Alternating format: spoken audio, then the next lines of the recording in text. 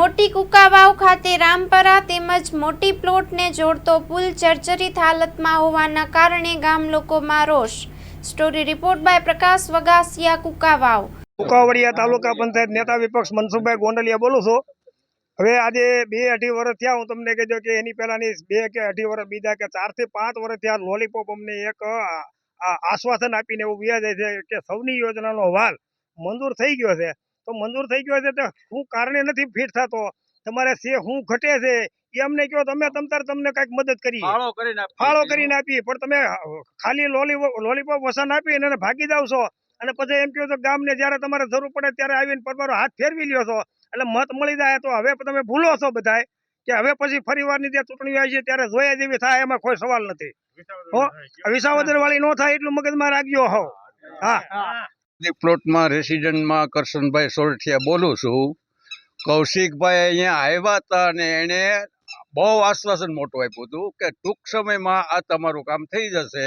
હવે કૌશિકભાઈ આશ્વાસન જ ખાલી આપે છે કે ખાલી વાતો જ કરીને વયા જાય છે, આટલું મારું કહેવાનું છે। ને આ મોદી પ્લોટ છે એની નગર, એની પાછળનો એરિયો પટેલ નગર છે, એટલે અહીંયા વસ્તીનો ઘસારો બહુ મોટો છે અને આ પુલ છે એ હાવ કોઈક સાઈડમાં પડી જાય ને એટલો હાવ અંદરથી ખોદાઈને જર્જરી થઈ ગયો અને આ પુલ ઠેઠ આપણે હોનાર થયો ને એ વખતનો આમનામ છે ને આ લોકોને કહીને થાકી ગયા, છતાં એ લોકો ખુલ્લો કે હા ભાઈ થઈ જશે, આ વાહમ હાથ મેં કે અને એમ કે ભાઈ થઈ જશે હો, એટલે આવું જ બધું બોલે છે। આવું જ બોલવું હોય તો પછી શું હવે કેટલો ટાઈમ પહેલા મંજૂર થયો?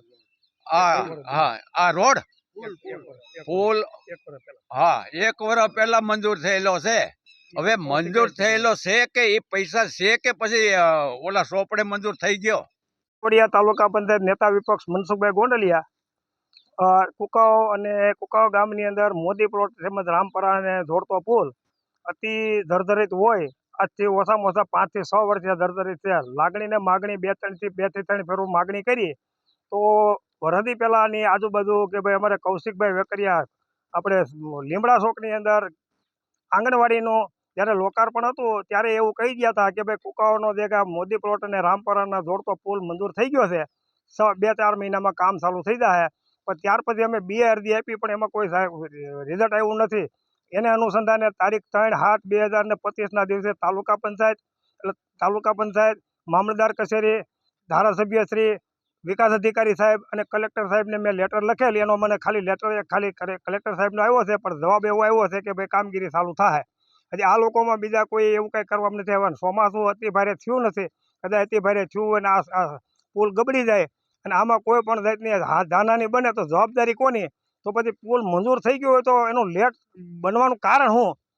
બીજા નંબરમાં કે ભાઈ આજે જનતા એટલી પરેશાન છે, ઓછામાં ઓછી 2 થી 2.5 હજારની વસ્તી અહીંયા મોદી પ્લોટમાં રહે છે, બરાબર। કાયમી એને અવર જવર વાડીએ ગામમાં રાતના અત્યારે શ્રાવણ મહિનો બેસી ગયો હોય, બેનું દીકરીઓ રાતે દર્શન કરવા જાય, પાછા આવતા હોય, માજી હોય, કોઈ પડી જાય તેની જવાબદારી કોની?